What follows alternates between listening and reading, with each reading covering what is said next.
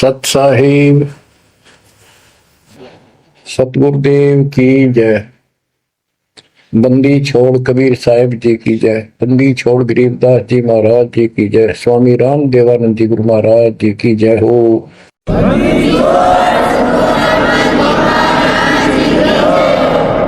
सर्व संतों की जय, सर्व भक्तों की जय, धर्मी पुरुषों की जय। श्री काशी धाम की जय, श्री सुडानी धाम की जय, श्री करोथा धाम की जय, श्री बरवाड़ा धाम की जय। सत साहिब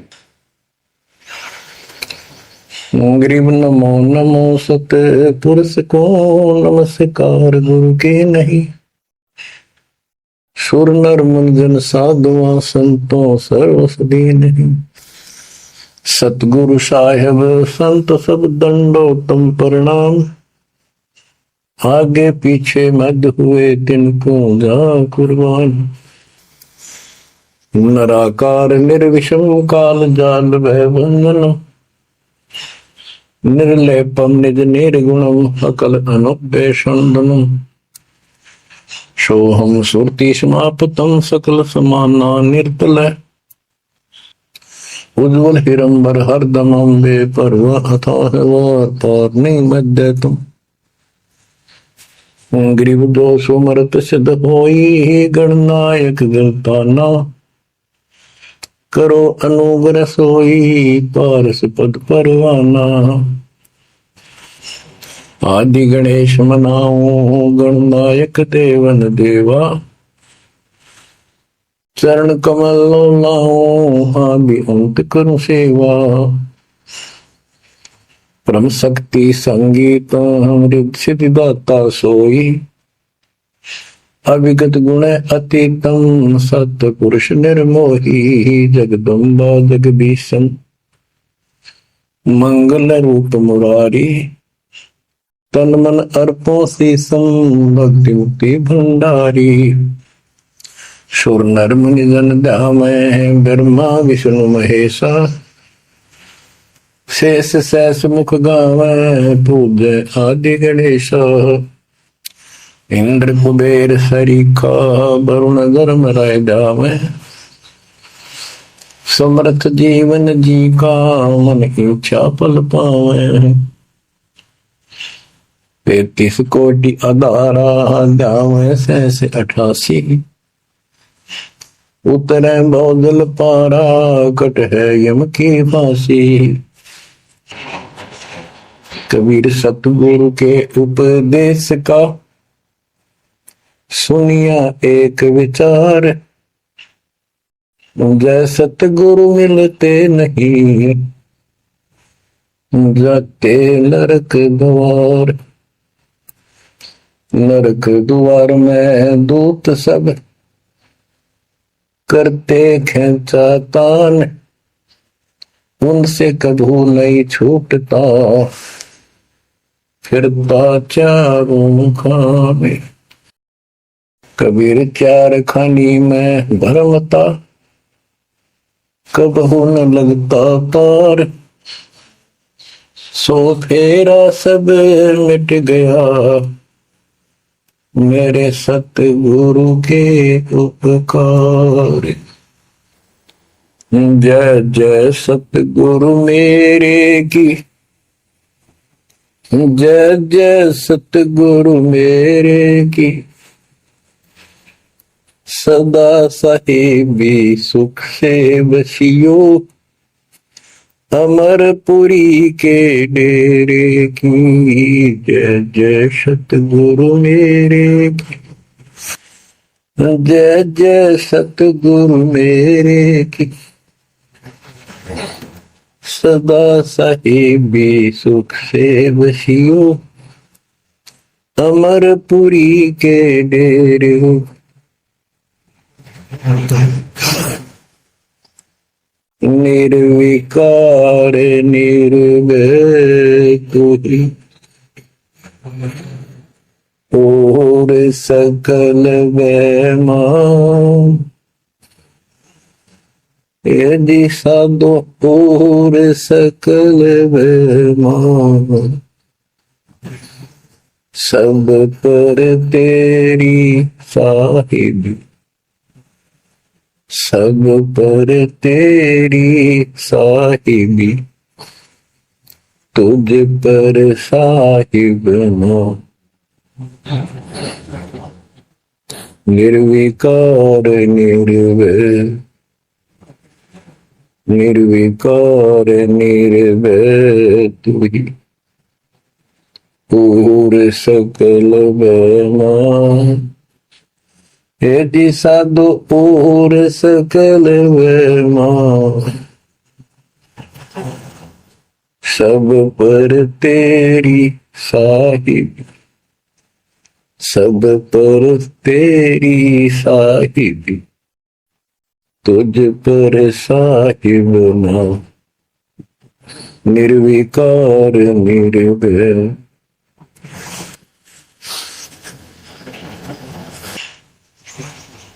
परम पिता परमात्मा कबीर जी की प्यारी आत्माओं,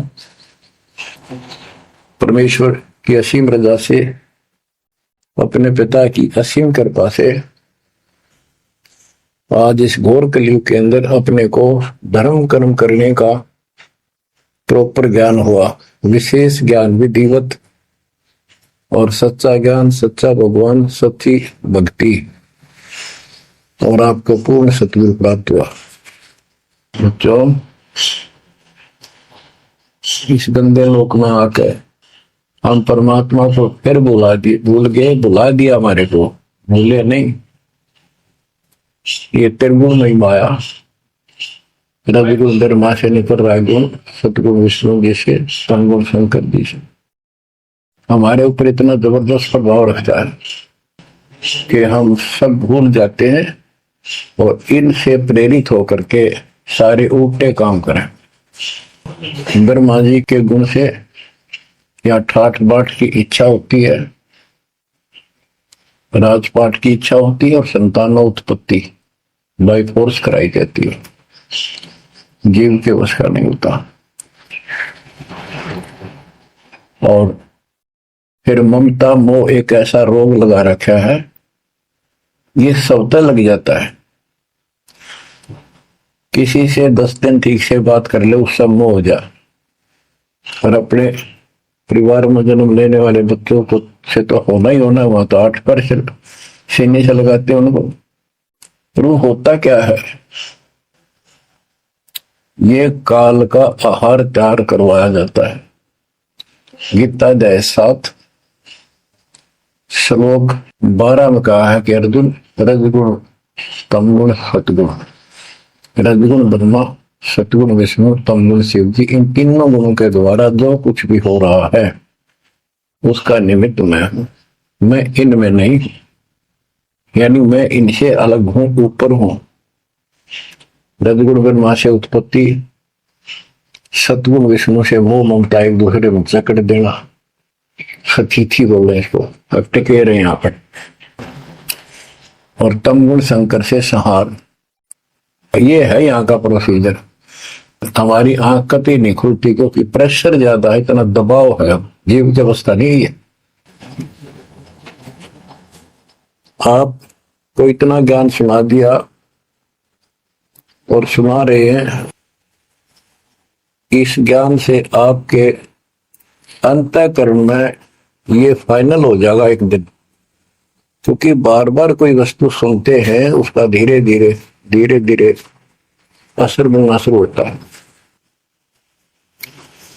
हम बातें सुनते हैं, सत्संग सुनते हैं, विचार मालिक के सुनते हैं, वाणी सुनते हैं, तो एक बार तो कति वैराग आ जाता है कि सचमुच बहुत गलत जगह फंस गए या कुछ भी अपना लेंगे।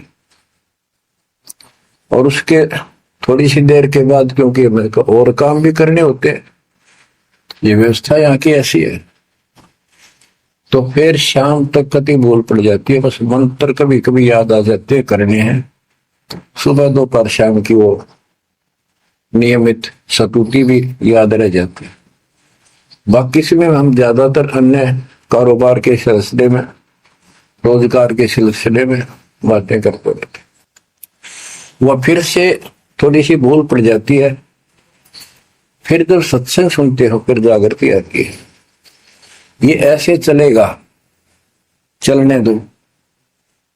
जैसे आपको बताता हूं, बार बार दास बताता है कि आप बच्चे स्कूल में जाते हैं, अध्यापक आता है, अपना उसका पीरियड लेता है, सबको सावधान करता है, ध्यान से सुनो, लाइन में बैठ जाओ। तो हम बहुत सतर्क होके उनकी एक एक बातों को सुनते हैं, नोट करते हैं, लिखते हैं, फिर याद करते हैं। उसके बाद हम फिर खेलते कूदते भी हैं, बच्चे घर का भी काम करते हैं, माँ बाप का हाथ भी बटाते हैं। लेकिन जो स्कूल के अंदर जो बातें सुनी थी, जो ज्ञान सुना था, वो एक अलग कोने में, मन के हृदय के अलग कोने में डिपॉजिट होना शुरू हो जाता है। और उसके अतिरिक्त हम और भी काम सारे करते रहते जो पहले भी कर रहे थे।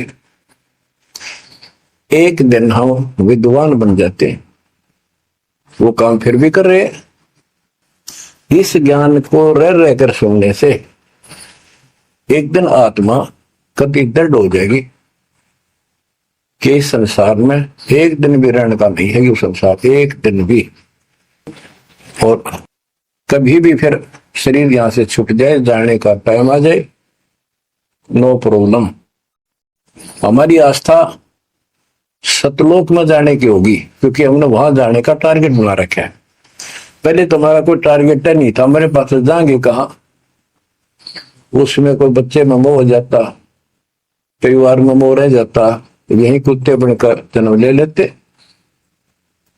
कबीर साहब कहते, जहां आशा ता बासा हुई, मन कर्म वचन सुमरियो सो। गीता गए 7 श्लोक 6 में यही स्पष्ट किया है कि अर्जुन अंत समय में जो जिस भी भाव में भावित रहता है, जिसके ऊपर जिसमें आस्था रहती है, वो उसी को प्राप्त होता है। जब तक हम भक्ति नहीं करते, इस ज्ञान से परिचित नहीं होते, तो हमारा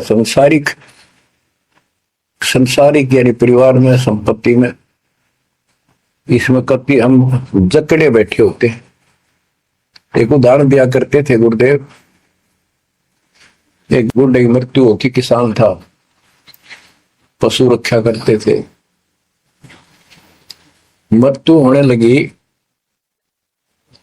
उसकी जुबान बंद हो गई। आसपास परिवार के सदस्य आगे, पिताजी तो अंतिम टाइम आ गया, वो आगे। तो थोड़ी देर के बाद वो ऐसे संकेत करने लगा, ऐसे इशारा हाथ से। उन्होंने सोचा भाई पिताजी कुछ कहना चाह है, हो सकता कोई धन दाब रखा और बताना भूल गया, वो अचानक मृत्यु होगी। एक डॉक्टर बुलाया, उसने पता था कि एक बार ये बुलवा देगा, 500 रुपये लेगा, ऐसा इंजेक्शन लगाता है। वो बुला गया, उसने इंजेक्शन ला दिया। पिताजी बता जल्दी क्या कहना चाहो थे। एक गाय का बछड़ा झाड़ू मुंह में दे रहा था, उन्हें खराब कर रहा था।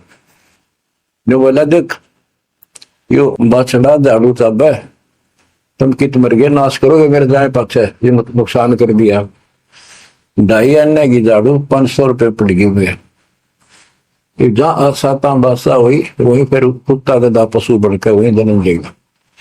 तो हमारी एक वृत्ति यहां से हटेगी इस ज्ञान से। अंतिम समय आप यहाँ कुछ याद नहीं आओगा। इस ज्ञान में सुनते रहे और भक्ति करते रहे, मर्यादित रहे। ज्ञान के साथ साथ यह भक्ति आपको सहारा देगी अंतिम समय में मन को उधर धकाने के लिए। वैसे नहीं धकता है, वो ताकतवर है, ब्रह्मा विष्णु महेश मन का आधार मान रहे। ये ज्ञान और इस भक्ति की शक्ति इस आत्मा को न धका देगी ऊपर। अंत समय में सेकंडों के अंदर सतलोक बैठे पाएंगे। इस पर लगे रहना, इस मार्ग से जैसे दास आपको बताता जाएगा। अमर करूं सतलोक पठाऊं, ताकत बंदी छोड़ करूं। कबीर साहब कहते हैं, मैं अमर करूं सतलोक पठाऊं भेज दूं, इसलिए बंदी छोड़ कर लाता। अब यहाँ ये क्यों हो रहा है, क्या हो रहा है, आपको सब पता है। पहले तो नहीं था, पर अब पता लग गया आपको, बिल्कुल सही पता लग गया। माता पिता के सामने बच्चे एक या दो तुरंत मर जाते हैं, टक्कर मारते रह जाते हैं, हाथ कुछ नहीं आना, और कई महीने वर्षों तक उसकी याद सताती रहती। हम इतने विवश हैं, हम इतने बंद में हैं, हम कुछ नहीं कर सकते, लाचार हैं। एक राष्ट्रपति किसी देश का या प्रधानमंत्री या अन्य कोई सक्षम मानता अपने आप को, उसका इकलौता बेटा मर गया, प्रधानमंत्री टक्कर मारा वो टक्कर, और उससे पहले जब आकाश में वो थी उसकी टूटी, सातवें आकाश में रहा था, उसका दिमाग धरती पे पटक दिया। एक बताते हैं, महाभारत में प्रकरण आता है, द्रोणाचार्य ये गुरु था कौरव पांडव का, और शिक्षा दिया करता, मोह मत करो, मोह सबसे बड़ा खतरनाक है। द्रोणाचार्य का जब लड़का अश्वत्थामा मरा नहीं था उस समय तक, ये कह दिया गया अश्वत्थामा मर गया। वो झूठ बुलवाई गई थी श्री कृष्ण में प्रवेश काल द्वारा कि एक अश्वत्थामा नाम का हाथी था, उसको मार दिया गया।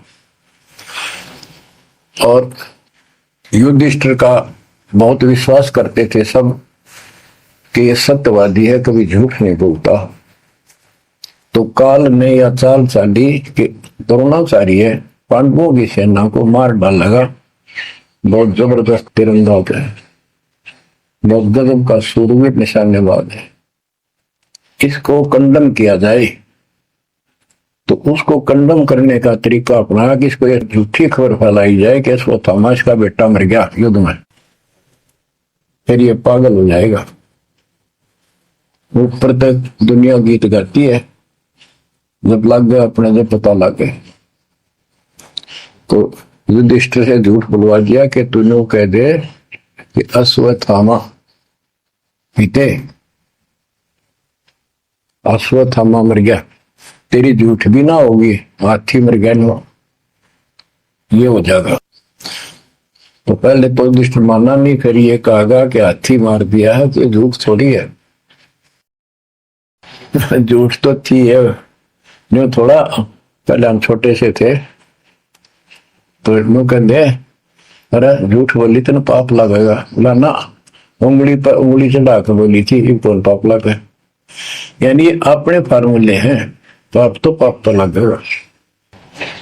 तो सब ने कहा कि आपका बेटा अश्वत्थामा मर गया, दौड़ना चाहिए। तो बोला नहीं, मेरा बेटा नहीं मर सकता, नहीं मर सकता, उसको मारने की हिम्मत किसी में नहीं है। कि युधिष्ठिर कह देगा तो मैं मान जाऊंगा। तब युधिष्ठिर ने कहा अश्वत्थामा थे नर व कुंजर, नर तो जोर तो बोल दिया, व कुंजर भाई हाथी आदमी या हाथी ये नहीं कह सकता, वो मन मन में बोल दिया। तो यह बात सुनकर अश्वत्थामा थे, अश्वत्थामा मारा गया। आगे कड़ा सुना था द्रोणाचार्य नरवा कुंजर कह गया, वो इतना पागल ने ढाल हो गया, टक्कर मारा, कति कंडम हो गया, उसने हथियार भी नहीं उठा उसने। और पांडवों ने वो गढ़ जीत लिया उस साइड का जहां वो मोर्चा डटे खड़ा था। तो बच्चों ये मोह इतना जबरदस्त है, जीव के बस का नहीं है, पर बनता कुछ नहीं, बचाओ कुछ नहीं। तो इसका बचाओ अब है तो ज्ञान हो, ये ज्ञान जो दास बता रहा है ये आपके हृदय जच जा कति, ये कुछ भी अपना नहीं है, 100 की 100 साची है, पर मन मानने तैयार नहीं, आत्मा को दबाए रखा है। ये सब काल आहार हमसे पैदा कराया जाता, जैसे कसाई बकरे पालता है, कसाई बकरे पालता है, उनके लिए चरागाह बनाता है, सुंदर तालाब बनाता है पानी पीने के लिए, उनके लिए छाया गर्मी सर्दी ओलों से बचने के लिए शेड डालता है। पहले झोंपड़ी डाला करती थी, फूस घास फूस के कर लकड़ी, अब तीनों का शेड बनाते, पंखे लगा दिए जाते।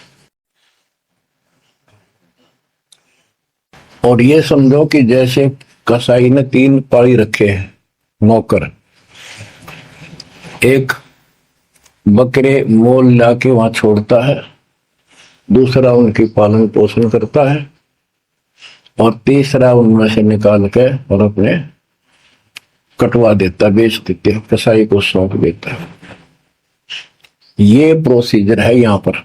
जैसे कसाई कभी कभी आता रहता है, बकरों को देखता है, संभालता है, तो उनके कमर पे हाथ मारता, शरीर पे, और वो उसको अपना एक बहुत हमदर्द मित्र मानते हैं, मालिक मानते हैं। देखो हमारे को कितनी सुविधा दे रखी है,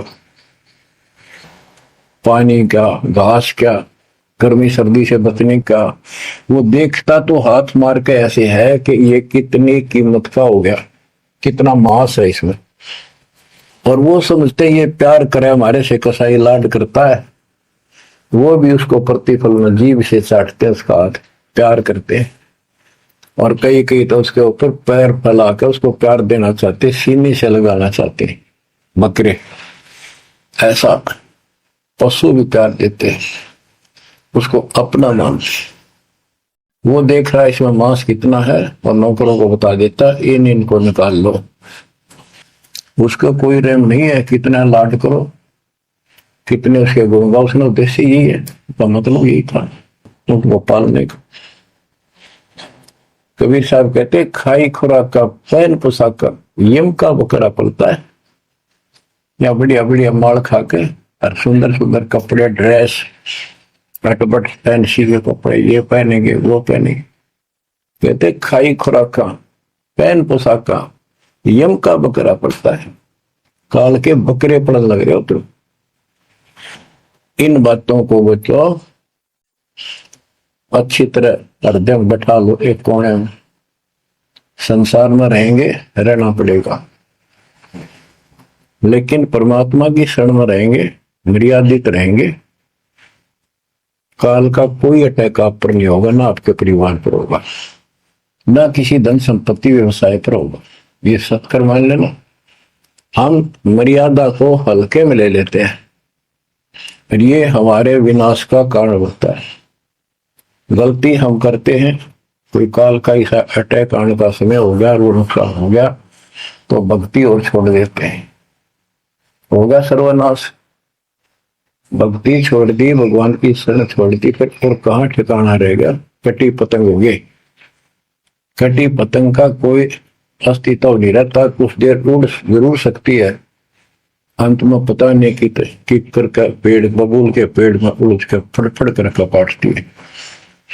ऐसे फंसे रह जाओगे तुम इस काल के जाल में, कांटेदार झाड़ियों, इस गंदे लोग। तो बच्चों इस बात का सख्त ध्यान रखो, यदि आपने यहां से निकलना है, मर्यादा ना टूटे। और मर्यादा ये पता नहीं कितने प्रकार से टूट जाती है। जैसे हमने किसी को सेवा दे दी, भाई क्या सेवा कर लो, शुक्रिया दाता का, मजदूरी मिली, खुश हुई, फिर कह दिया ये त्याग दे, छोड़ दी, दूसरे को दे दी। बता फिर दुख क्यों मानना, फिर दुख मानते। मैं ये समझा, इतना ज्ञान होकर भी तुम ऐसी बातें करते हो, तो शुक्र मनाओ और 100 बार हाथ जोड़ के भाई बहुत अच्छा गुरुदेव का आदेश है कि भाई सेवा कर लेगा, मुझे भी और सेवा दे दियो कोई, मेरी नीयत से सेवा करने की। अन्ना मिला तो अपना सबर करे, भक्ति करे, सत्संग में जाओ। 100 सेवा है आश्रम करने वाले को, बहुत सी सेवा होती। तो एक बात का बंद कर नहीं बैठना चाहिए। ये प्रार्थना आती है, मेरे को कोऑर्डिनेटर की सेवा फेर दियो, ये भी कमजोरी है। जैसे एक डॉक्टर के पास बूढ़ा आदमी गया, कमजोर सा, जबरदस्ता में अस्थि पिंजर बने जा शरीर का, जाके बता डॉक्टर जी मैं खड़ा होता हूँ तो चक्कर आते हैं, क्या करूं। डॉक्टर बोला कमजोरी है, वीकनेस ऑफ बॉडी। बोला पिंडी दुख है, पिंडी पैरों की। डॉक्टर बोला कमजोरी है। फिर वो व्रत बोला जी मेरे सारे शरीर में भड़कुआ रहती है, यानी सारे शरीर में दर्द सा बना रहता है, चबक चबक नाड़ी करती है। डॉक्टर बोला कमजोरी है। वो वृद्ध गुस्सा होकर बोला डॉक्टर ने, तो डॉक्टर है गम चक्कर है, एक का बात जाना है कि कमजोरी है कमजोरी है, और भी तुम्हें पता होगा। डॉक्टर बोला ये भी कमजोरी है, this is also due to weakness, ये क्रोध भी कमजोर आदमी ने घनाया कर, यह भी कमजोरी है। तो बच्चों यह सारी कमजोरी है जो मर्यादा से नारी हटकर करोगे, चाहे कुछ भी कर लियो, मर्यादा को हल्के में ला लो। जैसे हमने इतने सारे नियम बना दिए, भक्ति करनी है तो इनका पालन करना पड़ेगा, नहीं तो फिर गधे बनकर कुमार के नियम में चलना पड़ेगा। एक कदम भी अपनी मर्जी से नहीं जा सकते, बैल बनकर नाथ डल जाएगी, छच्चर बनकर बग्गी में दौड़े जाओगे रेडी में, फिर चलेगी क्या आपकी मर्जी। असंग जनों तन मृत्या हो गए जीवित क्यों ना रे, दवा दस दर मद मैल मठ बोरे बोर ना दे धरे रे। तो बच्चों जीवित मर लो, इन बातों को छाती में धर लो, हृदय में बैठा लो, कति मस्तिष्क में। ये संसार आपका नहीं है, ये परिवार आपका नहीं, ये संपत्ति या कार कोठी तेरी नहीं, गरीब काया तेरी है नहीं, ये माया कहां से हो। चरण कमल में ध्यान रख, इन दोनों को खो, इनको भूल जा, अपने गुरु जी के चरणों में ध्यान रख, उनके बताए दिशा निर्देश के आदेश से आधार से अपना जीवन निर्वाह कर। बच्चों आंख खोल लो, बार बार ये बातें बताई जाती हैं, जब ऊख चुक हो जाएगी फिर तो रोना शेष रहेगा, नथिंग एल्स। इस मार्ग में अहंकार इंसान को मारता है। किस चीज में अहंकार करो, माया होगी तो अहंकार होगा, कोई पोस्ट पद ठीक सी होगी तो अहंकार होगा, शरीर स्वस्थ है थोड़ी सी जान अहंकार होगा, एक परिवार में 5-4 लाठी ठानिया हो गए तो अहंकार होगा,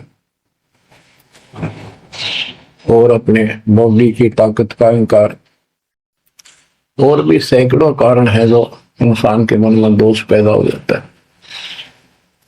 कि ये इंसान का सबसे बड़ा खतरनाक शत्रु है। परमात्मा को अहंकार पसंद नहीं, और छोटी मोटी गलती को माफ कर सकता है। रावण था जिसे अहंकार नहीं छूटा, 10 मस्तक सर भी काट दिए, 10 बार काट दिए तो वापस दे दिए, ले भाई। ये सारा कुछ खेल कबीर साहब का किया, सारा कुछ। ये आत्मा परमात्मा की है, चाहे आज राक्षस है, चाहे कोई कसाई है, चाहे देवता है, चाहे ब्रह्मा विष्णु महेश है, चाहे कीड़ी आती छोटे जीव है, कोई स्त्री पुरुष है, बालक बच्चे जीव जंतु सब उसके हैं। काल चाहता भक्ति से खत्म हो जा, ये भक्ति में इनकी आस्था खत्म हो, मालिक चाहता है इनकी भक्ति में आस्था खत्म ना हो, फिर तो कति गए काम क्या। जो भी जैसी साधना मालिक के नाम पर बैठ कर कहीं कर रहा है, उसके पिछले संस्कार से, उस भक्ति से जो उसको मिलना है, उसके साथ साथ परमात्मा उसको सहारा देते हैं। जैसे रावण ने सिर काट दिया शिव जी के निमित्त, तो भगवान के नाम काटा उसने, वो भगवान की खोज में निकला था। साधना गुरु गलत मिलने से उसको मार्ग गलत मिल गया। पिछले जन्म के संस्कारी ही इतने सैक्रिफाइस कर सकते, इतनी कुर्बानी कर सकते, वैसे नहीं हुआ करते। तो पिछले जन्मों में वो भगवान का भगत रहा है, फिर इतना बिगड़ गया कि राक्षस बन गया। तो उस मालिक ने उसको 10 शीश वापस दिए, लेकिन बकवाद करी तो अंत बुरा हुआ। उसके कर्म में सिद्धि दिशे दीदी की, उनसे धन दे दिया, वो धन भी यही छोड़ गया। गिर सर्व सोने की लंका होती, रावण शरण दी एक पलक में राज विराजी जम के पड़े दी। मन तो सुख के सागर बसरे, और न ऐसा यसरे। क्या मांगू कुछ थिर न राही, देखत नैन चला जग जाई। एक लख पूत सवा लख नाती, उस रावण का आज दीवान बाती। एक पुत्र मांगते फिरते हैं, एक बेटा देते, हे भगवान बेटा हो गया। बेटियों की तो हम गिनती नहीं करते, बेटा चाहिए बेटा। वो किस लिए उगलछमी पैदा कर रखी थी कि बेटा ना हो तो गति नहीं होगी माँ बाप की। क्योंकि अंत समय में जेठा बेटा, बड़ा पुत्र माँ बाप का अंतिम संस्कार करा, यानी उसने फूका, फिर उसकी अस्थि डाल करावे, फिर उसकी क्रियाक्रम करावे, तो उसकी गति हो। और जिसका बेटा नहीं, उसकी गति नहीं हो सकती। उसको तो संतान वाला मानते भी को नहीं, माना नहीं करते थे। अब तो ये चांदना होगा, रोशनी होगी, बेटा बेटी है। कितनी मूर्खता का काम था। लेकिन काल ने तो उल्टी पढ़ाई पढ़ानी, उल्टा रास्ते डालना, वो होना। एक परंपरा बढ़ाकर बैठिए, वो एक लकीर गया फकीर होंगे। जैसे राजा दशरथ का सबसे बड़ा बेटा रामचंद्र था, उसको राज दे दिया। और बच्चों फिर उसको वनवास देना पड़ गया मजबूरी में। रामचंद्र जी वनवास में चल पड़े। राजा दशरथ का इतना मोह था अपने बच्चों में, रामचंद्र में विशेष, और जो बिछुड़ा उसमें ज्यादा हुआ करे। तो नो चल पड़ा, महल के ऊपर चढ़ के देखा, दिखता रहा पर नहीं दिखा। तो चौबारे की अटारी पर चढ़ गया, चौबारे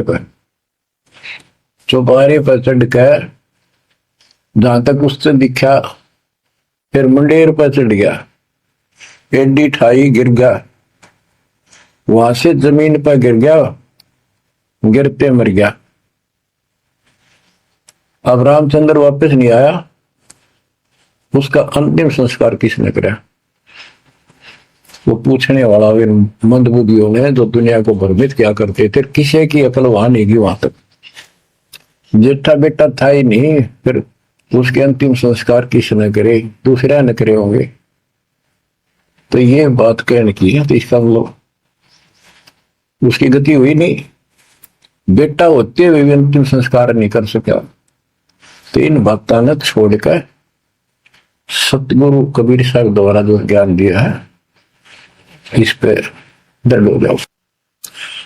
देखो हमारी सारी बात उल्टी है। भक्ति मार्ग में बेटा है बेटी है, अच्छी बात है। परमात्मा के चरणों में लग गए दोनों, तो हम तो बरी से हो गए, क्यों भगवान आप पर खड़ा हो गया। और बेटा भक्ति नहीं करता, बेटी करती है, तो एक ओबली का नहीं हो बेटा किसी काम पर। कबीर साहब कहते हैं, राम रटत कन्या बली, साकर बलाना पूत, छेरी के गलगल थना, छेरी के गलगल थना जिसमें दूध न बूत। बकरी के गल में एक खाल लटका रथन कैसा, व्रत की खाल। कहते वो बेटा था गल का ऐसे वजन है सिर पर, बेमतलब का व्रत का दिखावा है। और वह बेटी अच्छी, राम रटत कन्या बली, सकट बलाना पूत। तो बच्चों ये दातम मार्ग है, इसमें सारी बातें पहले से विपरीत है। देखो बेटा ना होगा, बेटी बेटी होगी, तो यह सृष्टि नहीं चलेगी। और बेटी बेटी होगी, बेटा नहीं हुआ तो भी दिक्कत संसार की सृष्टि में आ सकती है। बाकी भगत का कोई फर्क नहीं पड़ेगा। इन बातों को जो दास कहता है, इनको एक सामान्य बातें ना समझना, निष्कर्ष है इस जीवन का। जिसका बेटी नहीं है उसको ये तड़प रह जाती है बेटा होता, या भूल के भी ना करना। इन बेटे वाले देख लो कितने सुखी, टाइम पर रोटी नहीं, चाह नहीं भी तरसे बैठे बैठे। वो सोचे बड़ा दे देगा, छोटा सोचे बड़ा आप दे देगा, बड़ा सोचे छोटा कह देगा। बड़े बेटे आंखें में आंसू बुढ़ा और बेटी आखिरी सांस तक प्यार देती है अपने माँ बाप को। एक आदि ने कमी बात कह नहीं सकते, वो किस्से के बिना होती हो तो आत्माएं नष्ट होती है। आखिरी सांस तक यहाँ भी हमने देखा, जैसे लड़की रोटी खा रही है और लड़का वैसे बैठा था। माँ ने कहा बेटा वो सामान ला कर रोटी तैयार बनाऊं भोजन। बेटा बेटा ना लाऊं, मुंह कौन खोया लावे। बेटी तो कह भी कोई ना, रोटी खाती खाती छोड़ के आन की थी। एक 10 साल का की होगी, लड़का 12-13 साल का। उठ कर रोटी छोड़ के हाथ धोकर और सामान लाकर माँ को दे दी। लेकिन फिर भी बेटे में मोह ज्यादा और बेटी में नहीं। इसका कारण यह था कि हमने बेटी को बाहर बना लिया इस गलत रीति रिवाज। बेटी तो 15-16-20 साल की मेहमान होती है आपकी। ये तो परमात्मा की बेटी 2 गुना का सुधार करती है। आगे जाके घर बसावे, उस परिवार को भी सुधारे और माँ बाप के अंदर मोह नारा रहे। तो भाव ये है कहने का, अगर बेटा नहीं है ना और भगत है, उसके सब भगवान धरती पर नहीं। प्रथम तो वो है जिसका कति संतान नहीं, वो भगवान। दूसरा वो है जिसका बेटा ना हो, बेटियां की करके शादी वृद्धावस्था में अपना लेकर मारा जाता है। पर बेटी वहां बैठी भी माँ बाप की चिंता करेंगी और कोई न कोई सुविधा उनको देती रहेगी। और बेटा छाती पर रह के भी खून फूक के जाएंगे, कति साफ दिखाई दे है, इसमें कोई मन होते ना मन। लेकिन बेटे भी हैं, ठीक है, और उनमें वो भी भक्ति करो, आप भी करो। कुछ दिन में उनको समझ आ जाएगी, पुत्र वधू भी भगवान से डरने वाली हो जाएंगी। माँ बाप का ध्यान रखें, वैसे कोई विकल्प नहीं इसका। लेकिन इस दुख को हम अच्छा मानते हैं पुत्र ना होने से। हम तो काल ने गधे बना रखे हैं। जितना कष्ट हमें रहे और वजन लग जा रहा है तो हम सीधे चला, और कम हो जाता मानने को नहीं। हमारा तो जैसे एक माई का पुत्र मर गया 15-16 साल का, और भगत थी, टक्कर मारी, रोना पड़े है कि बस की बात है, पाला पोसा ले जाता कर। फिर उसने वो सबर हुआ जैसे उस दूसरे जो बिना भगत थे उनके पड़ोस में, तो उनके लड़के की शादी होगी और वह पत्नी थी बदचलन। उनको समझाने की चेष्टा करी कि तू ऐसा ना कर, लेकिन वह तो मानी नहीं, उसने वही फांसी खा ली। अब वह भी मर गई और वो बेटा भी जेल में, और वह सारे जेल में। वो दहेज के कारण, एक बेटा था ऐसे ही, उसने बहू को प्रताड़ित किया दहेज लेने के लिए। गरीब घर की लड़की थी, उसने सुसाइड कर लिया। वैसे सुसाइड करना कोई विकल्प नहीं है, इसे गंदे आदमी को छोड़कर कुमारी रह ले, अपने घर पर बैठ गया। तो उस बेटे के कारण माँ बाप ने भी सजा हुई, बहनों तक भी जेल होगी। इसे बेटे ने के फूका, ईसा तो पहले मर जाता था, अच्छा था। लेकिन हम इस बात को मानने को तैयार नहीं है। ना मानने में जब क्या कर लोगे, काल तक आ गया, मारे जाओ टक्कर। तो कहने का भाव यह है कि इन विचारों से अपने मन को सेट रखो। परमात्मा जो करता है वो सही करता है। जैसे आपको बताते रहते हैं, एक बार हजरत मूसा जी यहूदी धर्म के प्रवर्तक में से किसी ने पूछा सत्संगी ने कि आज के दिन सबसे बड़ा इल्म वाला यानी ज्ञानी कौन है? उसने अपने आप को बताया। तो उसका अल्लाह बोला, जिसको खुदा मानते हैं, जिसने कुरान का ज्ञान दिया, बाइबल का दिया। कि मूसा तने ये बात बहुत गलत की, मुझे अच्छा नहीं लगा। तुमने अपने आप को कैसे कह दिया मैं सबसे विद्वान हूं? अब मूसा जी भी अपनी जगह ठीक थे जी, यो ज्ञान आपसे प्राप्त हुआ, आप भगवान खुदा हो, और खुदा जो ज्ञान देता हुआ सबसे उत्तम होता है। मैं उसी के आधार पर कह दिया। बोला नहीं, तेरा ज्ञान तो अलखिजर के ज्ञान के सामने फासिक भी नहीं, कुछ भी नहीं है। तो अलखिजर के पास मूसा जी पहुंच गए। अलखिजर जी ने कहा, कबीर साहब थे वो, कि मेरी तो बातों को माननेगा नहीं, विश्वास नहीं करेगा, जो मैं को बातें माननी पड़ेगी, तो ऑब्जेक्शन नहीं होना चाहिए, और बोल लेगा नहीं, सुन देखता देखता रही। वो बोला, मूसा जी बोले, बिल्कुल महाराज, जैसे आप कहोगे, मुझे सब्र करने वाला पाओगे, कति मैं ऑब्जेक्शन नहीं करूंगा आपकी बातों में। अगर तू खरा उतरा तो ज्ञान बताऊंगा, ना बताऊंगा। उसने रास्ते में चलते, एक जवान लड़का था 17-18 साल का, अलखिजर ने पकड़ के और उसकी गर्दन पकड़ के मार दिया। तो मूसा जी बोले, तनिष बेकसूर को मार दिया, तेरा दिमाग खराब है, यूं क्यों मारा तेने, क्या बिगाड़ा तेरा इसको? तो अलखिजर बोला, मैंने कहा था मैं जो करूं तू देखता रही है, बोलना नहीं है, मेरी क्रिया पर अविश्वास ना करना। मूसा जी ने अपनी गलती मानी, चल पड़ा। ऐसे ऐसे 2-3 और कारण गए, सब में उसने ऐसे ऑब्जेक्शन किया, आखिर में वो बिना हार गया। मूसा के मैं इस योग्य नहीं, मैं आपकी बातों को अविश्वास करता रहा हूं। लास्ट बता दिया कि इस क्रिया के बाद तो फिर ऑब्जेक्शन किया तो मैं तेरे से बात नहीं करूंगा, ना पे बताऊंगा। ज्ञान बोला भी ठीक है, उसमें भी हार गया वो। तब अलखिजर बोला, सुन ले, ज्ञान तो तूने बताओ नहीं, और वो लड़का क्यों मारा था? वो ऐसा दुष्ट पैदा हो गया था, इसके माँ बाप भगत हैं, और उनको इतना परेशान करता, वह रो रो का टाइम काटते।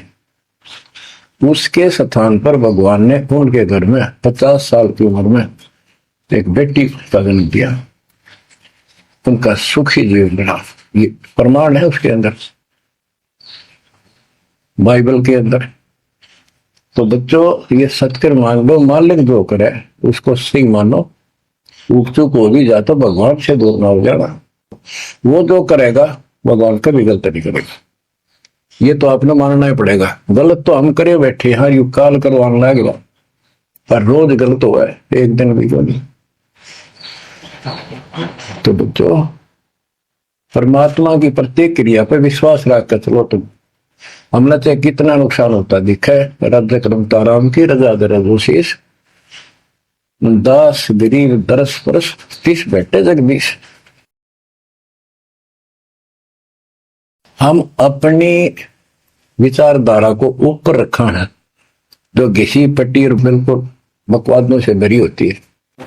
इस कारण से हम भगवान पे विश्वास, गुरु जी पे विश्वास और सब क्रियाओं पे विश्वास करके अपने कर्म छोड़ कर फिर काल के जाल में फंसे रह जाते, और वहां कुछ है ही नहीं। वो तो सारे उल्टे कर्म, बेसिक परंपरा बनावटी है। बच्चों, विश्वास करो अपने बंदी छोड़ पे, विश्वास नहीं करोगे तो मार खाओगे। गरीबदास जी कहते हैं, गरीब सर्जन अर्जुन को सतगुरु मिले, मक्के मदीने माही, 64 लाख का मेल था, 2 गन सब ही जाही। गरीब चंडाली के चौक में सतगुरु बैठे आए, 64 लाख गारत गए, 2 रहे सतगुरु पाए। गरीब सर्जुन अर्जुन ठाहरे, सतगुरु की प्रतीत, सतगुरु यहाँ ना बैठिए, यो द्वारा है नीच। गरीब ऊंच नीच में हम रहे, हांड चाम की दे, सरगुन अर्जुन समझियो, रखियो शब्द स्नेह। बच्चों, सरजुन और अर्जुन नाम के 2 मुसलमान थे, इनके नाम तो मुसलमान पद्धति पर थे। परमात्मा मक्का मदीने में गए तो वहां बहुत से चमत्कार किए, इन दोनों आत्माओं को समझ में आई ये बात। फिर ये सारी संगत में वहां मुसलमान थे, 2 वक्त मुसलमान रहे। इन्होंने कहा, वैसे तो काफी थे मुसलमान भी, पर ये विशेष दंड थे, सब नियमों का पालन करने वाले थे, तो इनका नाम बदल के सरजुन और अर्जुन रख दिया। परमेश्वर कबीर जी ने संगत की परीक्षा लेने के लिए एक लीला की। कि ये विश्वास करते हैं या नहीं करते हैं, क्योंकि भक्तों में गुरुदेव के आदेश का भी पालन कम होने लगा था। जैसे एक लड़की थी, उसको ज्ञान हुआ वो गलत काम करती थी, वैसा थी, अपना जीवन सुधारने के लिए मालिक से ज्ञान सुना, सत्संग मानने लगी, तो संगत वाले उसको धिक्कारने लगे। गुरु जी से बताया, गुरु जी ने सत्संग के माध्यम से कहा, भाई आपने इस चीज से कोई लेना देना नहीं, कोई सत्संग सुनेगा नहीं तो आत्मा कैसे साफ होगी, कपड़े को पानी साबुन लगेगा नहीं, उसका मैल कैसे उतरेगा। फिर भी वो जैसे तैसे पटपट करते रहते हैं। एक दिन मालिक ने परीक्षा ली, एक लड़की उस वैश्या को हाथी पर बैठाया, हाथी किराए पर लिया, हाथ में गंगा जल, सफेद पानी बोतल में भर लिया जैसे शराब हो, लड़की के कंधे पर हाथ रख लिया, सारी काशी में घुमा दिया, साथ में रविदास जी थे। तो जितने भी सबको पता चलता है, लोग देखते गए, शिष्यों को बुला बुला के लाओ, देख हम तो क्या करते, वहां पर वैश्या तक जाती है, दुल्हा कैरेक्टरलेस है। पहले तो हम भगवान क्या करते उसको, इतने सुख दे दिए, जान निकली थी, टोटा दुखी कर रहा था, शरीर में कष्ट थे, कहीं सुबह का रोटी भी नहीं थी, और इतने ठाठ कर दिए गुणे दिनों में। जब तो भगवान थे, आज वो शैतान लगे। ये हमारी कमजोर बुद्धि, जीव बुद्धि की सोच थी। सब परमात्मा को छोड़कर दूसरी साधना करने लग गई। गरीबदास जी कहते, बड़ुआ बड़ुआ सब कहे कोई ना जाने खोज। क्यों ऐसे किया था उस मालिक ने, जिसको कोई नहीं समझ सका। दास गरीब कबीर कर्म बट सिर का बोझ, कि वो इतने शिष्य बना लिए थे, उसका भार गुरु पे होता है उनको पार करने का। अब वो सारे निकम्मे हो गए थे, अविश्वास कर रहे थे, मर्यादा का पालन नहीं करते थे, तो एक का झटके में सारे आप पड़ गए, वो भार सारा उतर गया। तो उस समय अर्जुन सर्जुन बाहर गए हुए थे, उनका ड्यूटी लगाई थी, तू जाया करो मुसलमानों के मेला में, वहां समझाओ लोगों को। तो मक्का मदीना से ये आए, उस समय सारी लीला हो चुकी थी, और कबीर साहब उनकी परीक्षा के लिए उस दिन भी उस लड़की के घर जा बैठे, वैश्या के आंगन में। अर्जुन सर्जुन को बताया कि गुरु जी तब भाई कति गिर गए, जुल्म कर दिया सरेआम, वैश्या के साथ हाथी में घूम रहे थे, शराब पी रहे थे। अर्जुन सर्जुन को विश्वास नहीं हो रहा था कि ऐसी क्या बात कर रहे हो, ऐसी बात कहने से पाप लगता है गुरु जी के प्रति, तुम ये बोल क्या रहे हो। तो एक बोला, मैं अभी देख का हूं, आज भी वहीं बैठे ना, एक ही न, तो जा देख ले, देख लो जाके। वो दोनों वहां गए, परमात्मा बैठे थे, लड़की पैर दबारी, गुरु जी बैठे चारपाई पे, बेटी बैठी नीचे। तो गुरु जी वो शिक्षा देते हैं, गरीब सर्जुन अर्जुन ठहरे सतगुरु के प्रतीक, यानी उनने कुछ दृढ़ता दिखाई थी, फिर जाके देखा तो वहां सतगुरु से बोले, सतगुरु आना बैठिए यो द्वारा है नीच, हे सतगुरु आप यहां ना बैठो, ये तो एक नीच औरत का घर है। परमात्मा बोले, गरीब ऊंच नीच में हम रहे, ये हाड चाम की दे, तुम्हारी हाड चाम की दे है, इसकी कोई अर्जुन अर्जुन समझियो रखियो शब्द स्नेह, तुम समझ जाओ, अपनी भक्ति कर लो, जो नाम दिया, इन बातों में कुछ नहीं दे रहा। गुरु को शिक्षा देते हो तो मेरे गुरु हो गए। ऊंच नीच में हम रहे, ये हाड चाम की दे, सर्जुन अर्जुन समझियो हो रखियो शब्द स्नेह। तो उनकी आंखें जब खुल गई, पैर पकड़ लिए, माफ करो गुरुदेव, मेरे नीच आत्मा है, हमसे बड़ी भूल होगी, क्योंकि वो चाहती है मुझकी। फिर परमात्मा ने कहा, बेटा कितनी बात बना लो तुम, मेरे प्रति वो भाव थारा हो नहीं सकता, तुम्हारे मन में मैल आ चुका है, और मेरे इस शरीर से गुरु रूप से तुम पार नहीं हो सकते। फिर रोए बुरी तरह जी, फिर उद्धार कैसे होगा? फिर बता कि दिल्ली से 10 मील दूर पश्चिम की ओर किसी गांव में हम फिर आएंगे, हमारा एक भक्त आएगा, उसको दीक्षा देंगे, दीक्षा उससे लेकर तुम कल्याण को प्राप्त होगे। तो वो कहते हैं वहां से चल के वृद्धावस्था में हमायूं गांव है खरखोदे के पास, वहां आकर उनके कति वृद्ध हो गए, मालिक की कृपा से वो 200 साल दिए ऊपर से। और फिर गरीबदास जी को परमात्मा मिले 10 साल की उम्र में, उनको दीक्षा का आदेश दिया। तब उसने वहां से दीक्षा लेकर वहीं शरीर छोड़ दिया छुड़ानी में। उनकी अभी तक हमारे सामने बताओ थे, हम जाने लगे थे कि अब 2-3 साल पहले, 10 साल पहले, या भोरी वाले महाराजा करते गरीबदास जी, उन्होंने वो मंडी खुदवा दी, उनके दोनों की यादगार बनी हुई थी, इसलिए खुदवा दी कि लोग इन पूजन लाग जाए गरीबदास जी को छोड़ के। तो कहने का भाव यह है बच्चों, आंख खोल लो, इन बातों को चिंतरा, गुरु के प्रति कभी अविश्वास नहीं होना चाहिए, और परमात्मा की प्रत्येक क्रिया को शिरोधार्य होना चाहिए। आंख खोल लो, परमात्मा बार बार यह मौका नहीं देगा आपको, समझा है तो सिर दर पाऊं, और नहीं रे ऐसा था। ये संसार समझदा नहीं, कहना शाम दोपहरे गरीब दास ये वक्त जात है, रोगे इस पैरे। भक्ति नहीं करते वो न्यू रोएंगे, गलत साधना कर रहे वो रोएंगे। ये सच्ची भक्ति करके मर्यादित ना रहे तो तुम रोओगे। कभी सीधे हो जाओ, समर्पित हो जाओ, मालिक के चरणों में सदा ध्यान रखो, बुराइयों से बचो, सेवा सुमन दान करो, मर्यादा को निर्वाह करो, मालिक आपको मोक्ष दे। सत्साई।